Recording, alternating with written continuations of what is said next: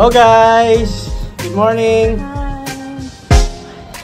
So ayun, gagawa kami ng short video lang dahil marami pa rin nagtatanong sa YouTube channel ko kung totoo daw ba, kung legit daw ba yung The Visa Center. So kasi nga marami tayong mga kababayan dyan sa Pilipinas at saka nasa ibang bansa na gusto rin nilang pumunta dito sa Canada. Nagtatanong sila, kinakabahan sila, nagtatanong sila sa atin kung anong agency yung pwedeng mag-process ng application nila. So papunta dito sa Canada.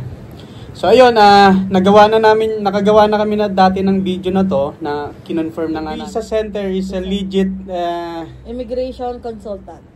Yun. So ayun, so gagawa ulit kami ng video ngayon para patunayan sa inyo na nandito kami sa Canada. Look, at yung background do. Ang lamig! Nandito kami sa labas ngayon dahil maingay sa bahay at yung mga bata nagtatakbuhan. So, di kami makagawa ng maayos na video. So, dito kami gumawa sa labas kahit medyo nag-i-snow.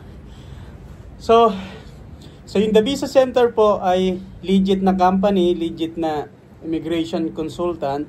So, nakakapagpaalis po talaga sila tulad po namin. Yeah. Back in 2022, so nag-apply po kami sa kanila as a student.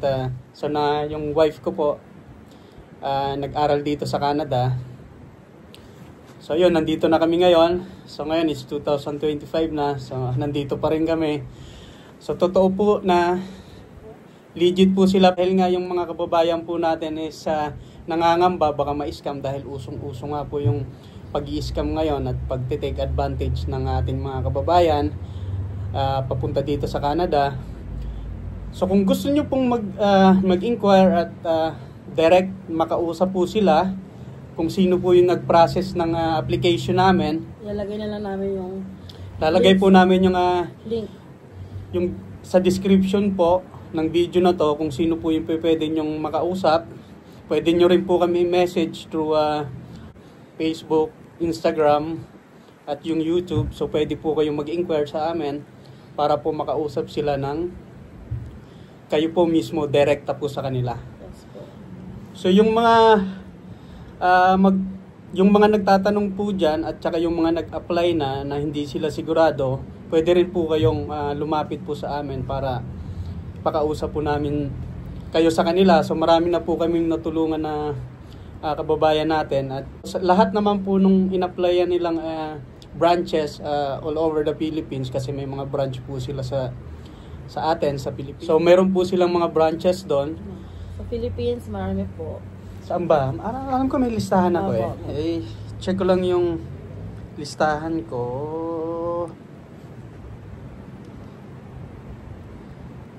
So meron po sila sa Nueva Ecija, Isabela, Pampanga, Ortigas, dyan po sa Manila, Metro Manila, sa Davao, Bulacan, Abu Dhabi at saka marami pa pong iba. So hindi ko po kabisado lahat.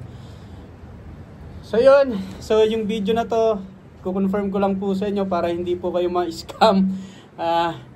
Lapit po kayo sa talagang legit na The Visa Center para ma-process po kayo at hindi po kayo ma-scam. Yes po. Tulad po ng nangyari sa amin, napunta na po kami dito sa Canada dahil po sa The Visa Center. Sobrang thankful po kami sa The Visa Center dahil nandito po kami ngayon.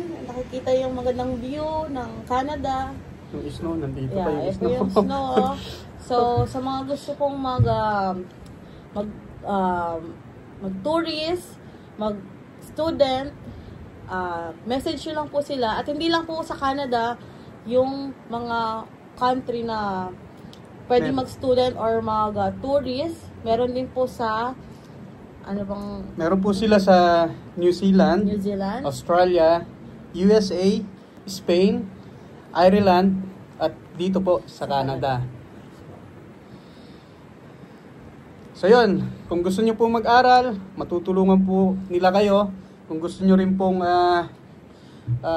mag-apply, kung nandito na po kayo sa Canada at gusto nyo maghanap ng totoo at makakatulong sa inyo na company para sa application nyo for permanent residence, so matutulungan din po kayo nila, family migrant, Opo. at saka Student permit for minor, and Yeah. then student permit sa mga gustong Mag-aral. mag-aral. Meron pa rin namang student permit dito sa Canada. At hindi lang sa Canada, sa mga binanggit pa namin. And then, especially meron din silang tourist visa. Yan. Pwede din kayo magpa-assist sa kanila ng tourist visa. so ayun. So, maraming salamat din pala kay Sir Lorenzo Dizon. Siya po yung CEO ng The Visa Center. Salamat po. And then, salamat din kila Sir Chris. Yeah, marami sila dyan. Marami silang magpa-process sa inyo. At saka alam ko, libre yung consultation. Yeah. So, ayun, magpapa-schedule lang kayo sa kanila. So, i-schedule nila kayo sa convenient na time nyo. Kahit saan man kayo sa labas ng bansa natin. Maraming nag-a-apply po galing ng Singapore, Hong Kong, kung saan-saan, dyan sa Middle East. So, nagusto rin nila kahit sa Europe, gusto nilang pumunta dito para, ayun, ma-experience nyo rin yung na-experience namin na talagang wala kaming regret at saka hindi kami kinabahan sa perang in-invest namin dahil worth it po talaga.